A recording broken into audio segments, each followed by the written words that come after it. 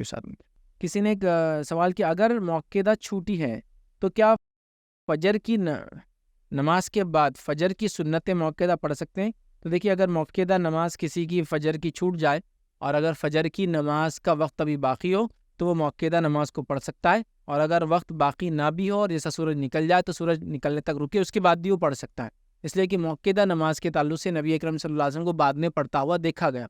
एक मरतबा नबी अकरम सल्लल्लाहु अलैहि वसल्लम उम्मे सलमा रज़ियल्लाहु के घर पर थे, आपने असर की नमाज के बाद 2 ही रकात नमाज पढ़ी। उम्मे सलमा रज़ियल्लाहु ने कहा, अल्लाह के रसूल सल्लल्लाहु अलैहि वसल्लम, आपका तो ये मामूल ना था कि आप जो है असर के बाद कोई नमाज पढ़े। तो कहा, मुझे याद आया ज़ोहर की मेरी मौक़ेदा छूटी हुई थी तो मैंने अब पढ़ ली। तो पता चला मौक़ेदा नमाज जो है पढ़ी जा सकती बाद में।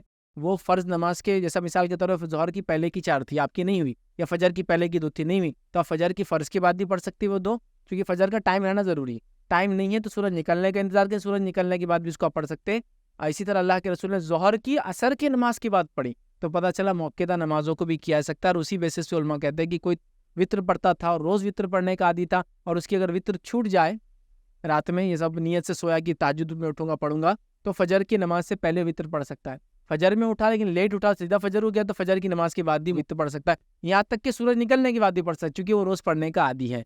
तो लिहाजा मौक़ेदा नमाज आपकी अगर फजर की छूट जाती है तो फजर का वक्त है तो आप पढ़ लें, ना वक्त है तो फिर सूरज निकलने का इंतजार करें, उसके बाद भी आप पढ़ सकते हैं। लेकिन इस बात में ये चीज़ की मैं एहतियात जो कहूँगा वो ये है कि रोज़ का इसको मामूल ना बनाने कि हर मौक़ेदा नमाज जो पहले की उसको आप बाद में लिख जा रहे हैं, फिर मामूल नहीं होना चाहिए। क्योंकि मामूल तो ये है कि 2 मौक़ेदा और 2 फ़र्ज़, 4 मौक़ेदा, 4 फ़र्ज़ और 2 मौक़ेदा ज़ोहर के मामले में, तो लिहाजा उसको उसी सीक्वेंस में रखा जाए। बट आगे पीछे कभी-कभार ज़मीन ज़माना, हालात, माहौल, तकलीफ़, मुसीबत, परेशानी, मसरूफ़ियत में हो सकता है, तो कभी-कभार मुराद हो सकता है ये हो जाए, लेकिन रूटीन ही बना लें आप। और रूटीन मतलब ये कि रोज़ मैं मौक़ेदा को फ़जर लेट जाके पढ़ूँगा, रूटीन ना बनाएँ। लेकिन बहरहाल ऐसा किया जा सकता है, इसमें कोई हर्ज नहीं। एक सहाबी को देखा गया, नबी अकरम सल्लल्लाहु अलैहि वसल्लम फ़जर पढ़ाई, उसके बाद आप हल्का बना के बैठे थे, बात कर रहे थे।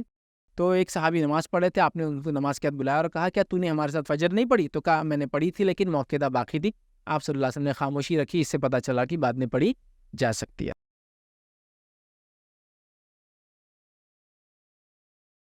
अस्सलाम वालेकुम। आप भी हमारे इस काम में ताउन करें अपनी ज़कात और सदक़ात के ज़रिए। डोनेशन डिटेल्स के लिए डोनेट अस पर क्लिक करें। अगर आपको हमारे वीडियोज़ पसंद आए हैं तो इसे शेयर करें और सबके हक़दार बनें। रोज़ाना हमारे वीडियोज़ को पाने के लिए हमारे यूट्यूब चैनल को सब्सक्राइब करें और बेल आइकन दबाएँ। हम से दीगर सोशल मीडिया पर जुड़ने के लिए वीडियो में दिए गए आईडीज़ को सर्च करें। जज़ाकल्लाह।